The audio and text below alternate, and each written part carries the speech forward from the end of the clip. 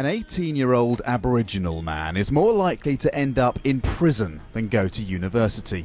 The life expectancy of the average Indigenous Australian is 10 years lower than the rest of the population. Only 60% of Indigenous children finish high school, compared to 85% on average. Those are just some of the gaps that need closing, according to an annual government report. For tourists at cultural events like this one, Australia makes much of its Aboriginal heritage. But the reality for today's Indigenous Australians is that those with Aboriginal heritage lag way behind others. The so-called Closing the Gap targets were announced in 2008. The aim to end disadvantage within a generation.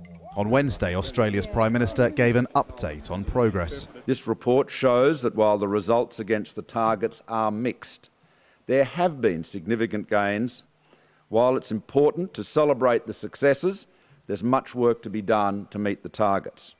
And today I want to reaffirm my government's commitment to closing the gap. On track are infant mortality rates. They're down by more than half. And the aim to halve by 2020 the gap between the proportion of Indigenous children who finish high school and the average looks achievable. This drop-in centre in Sydney provides after-school tutoring and computer use for Aboriginal children. It's the sort of place helping to keep them in school. But in other areas being measured, gaps are not closing. The gulf in life expectancy between Aboriginal and non-Aboriginal people is as wide as ever. A far lower proportion of Indigenous people is in work, and an initial target to get 95% of 4-year-olds into preschool was missed. Some think the Closing the Gap ambitions are anyway too narrow. The good side is it draws people's attention to what is an injustice, but it also is a risk that we think only about a handful rather than the complex set of challenges we face as a nation.